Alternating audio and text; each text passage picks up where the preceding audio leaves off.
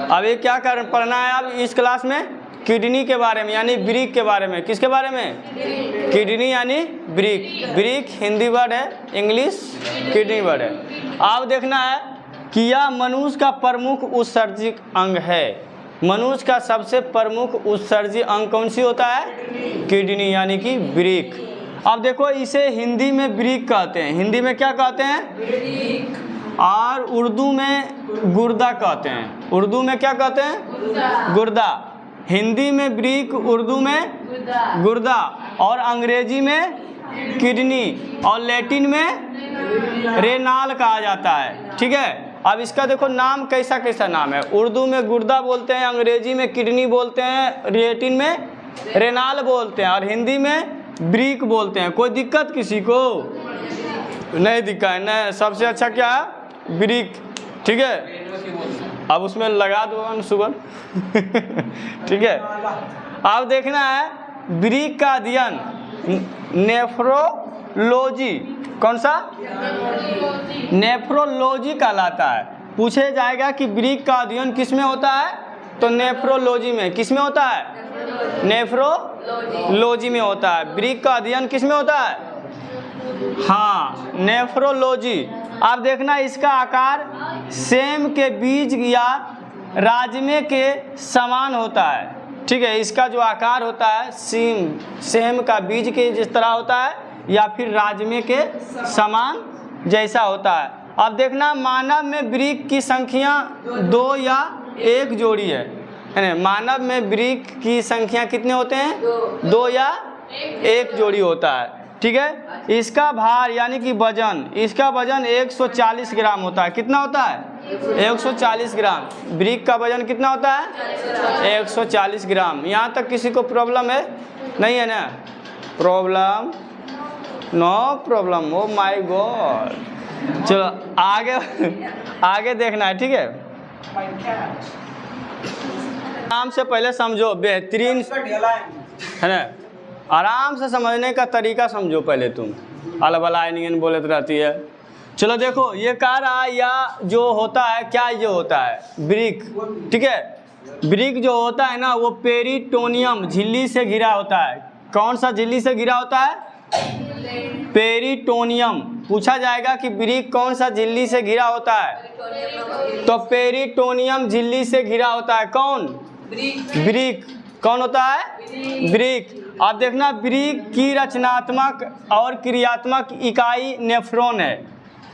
पूछा जाएगा कि ब्रीक की रचनात्मक एवं क्रियात्मक इकाई कौन है? नेफ्रॉन है। कौन है? नेफ्रॉन है।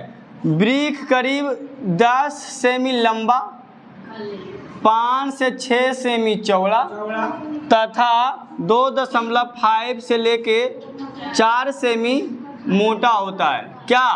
ब्रीक। ठीक है, अब देखना यह रक्त को छानता है। ब्रीक जो है क्या करता है? रक्त को छानता है। हाँ, रक्त में अगर कचरा आ गया ने तो वो छानने का काम करता है। जैसे चाय छाकती हो ना तुम लोग, चाय पत्ती को छाक लेती हो, उसी तरह से ब्रीक जो है हमारे ब्लड को छानने का काम करता है। क्या करता है? छानने का काम करता है। कौन? तो ये रक्त को छानता है। ठीक है, अब देखना इसका कार्य पेशाब का निर्माण और हमारे शरीर में अम्ल तथा क्षार की मात्रा को संतुलित करना होता है। इसका काम क्या है? इसका कार्य क्या है? तो इसका कार्य है पेशाब का निर्माण। ठीक है, हमारे बॉडी में मूत्र का जो निर्माण होता है वो कौन करता है? ब्रीक। और हमारे शरीर में अम्ल तथा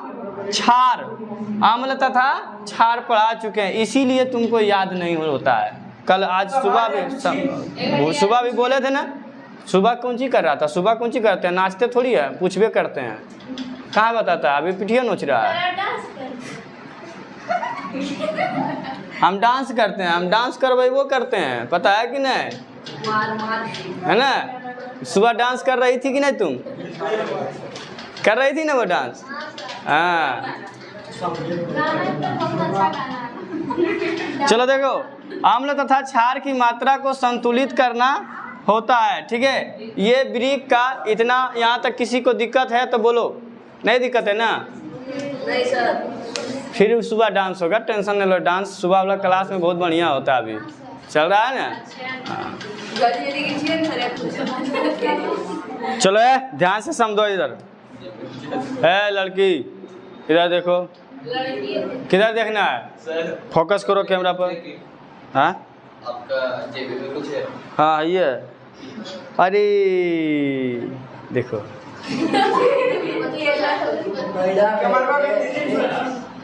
देखो क्या है, बताओ तो कमेंट करके।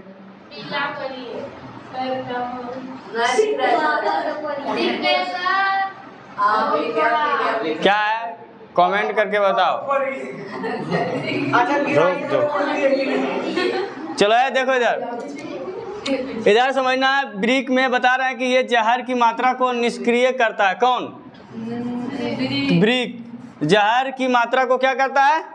हाँ, निष्क्रिय करता है। आप देखना है कि ब्रिक के बाहरी भाग को क्या कहते हैं? कोर्टेक्स बोलते हैं। क्या बोलते हैं? कोर्टेक्स। और भीतरी भाग को मेडुला बोलते हैं। और प्रवेश द्वार को रेनाल हाइलम कहते हैं। क्या? Renal hilum. ठीक है, प्रवेश द्वार को जो क्या कहते हैं जी? रेनाल हाइमन में सबसे अधिक अमोनिया होता है। पूछा जाएगा कि अमोनिया सबसे अधिक किस में होता है? तो रेनाल हाइलम में सबसे अधिक अमोनिया होता है। अब देखना है कि एक ब्रिक में लगभग 10 लाख नेफ्रॉन होता है। कितने लाख? 10 लाख नेफ्रॉन होता है। ठीक है, अब देखना प्रत्येक ब्रिक बाहर से संयोजी उत्तक तथा आरेखित पेशियों से बना एक पतले कैप्सूल से ढका रहता है। कह रहा है कि प्रत्येक ब्रिक जो के बाहर से संयोजी उत्तक तथा आरेखित पेशियों से बना एक पतले कैप्सूल से ढका रहता है। यहाँ तक किसी को प्रॉब्लम है बाबू? बाबू प्रॉब्लम है? अरे ओ लड़की, ए टेकलू, ठीक है।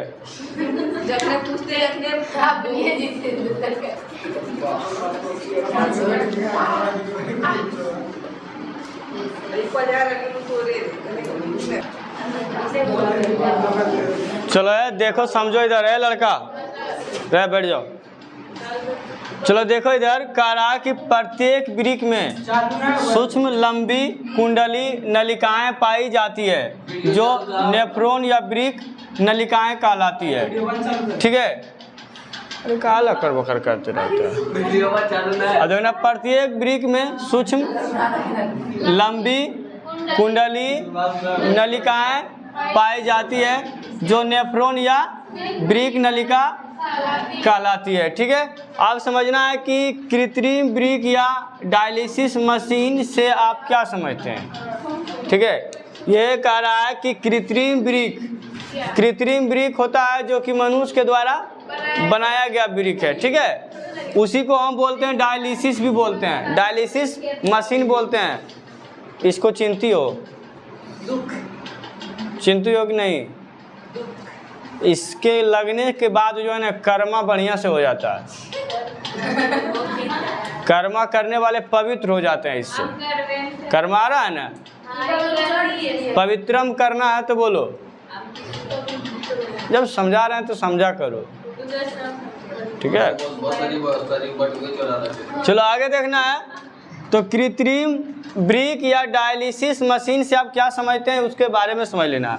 आप देखना संक्रमण रोग, ठीक है, मधुमेह रोग है ना, मधुमेह या बाहरी चोट के कारण।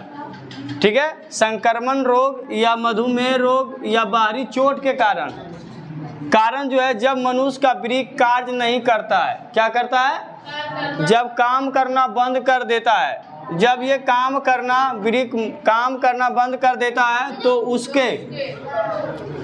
उसके जगह पर रक्त को छानने और मूत्र के निर्माण के लिए एक अति विकसित मशीन का उपयोग किया जाता है, यानी कि बनाया जाता है। एक मशीन यानी कि ब्रिक जैसा बनाया जाता है, जिसे कि हम कृत्रिम ब्रिक अर्थात डायलिसिस मशीन कहा जाता है। जो मनुष्यों को द्वारा ब्रिक बनाया जाता है उसे क्या बोलते हैं? डायलिसिस मशीन या कृत्रिम मशीन, यानी कृत्रिम ब्रिक कहा जाता है या फिर डायलिसिस कहा जाता है, यानी किसके द्वारा बनाया गया, मनुष्यों के द्वारा। और ये कब बनाया जाता है, जब किसी व्यक्ति को संक्रमण रोग या मधुमेह रोग या किसी चोट के कारण ब्रिक काम करना क्या कर देता है, बंद कर देता है, तो ऐसा होता है। क्या समझ में आया, दिक्कत नहीं ना है, चलो नो प्रॉब्लम।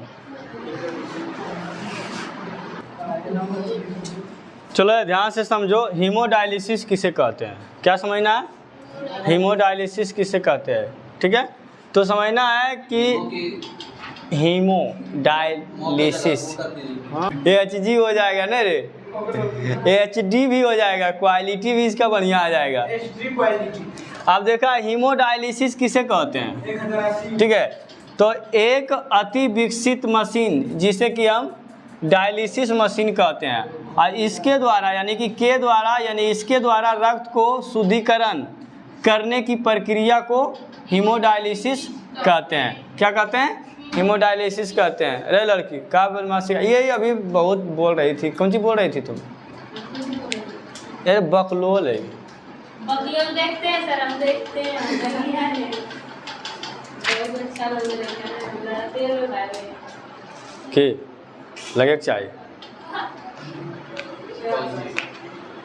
ये बजाना चाहिए। कौन सी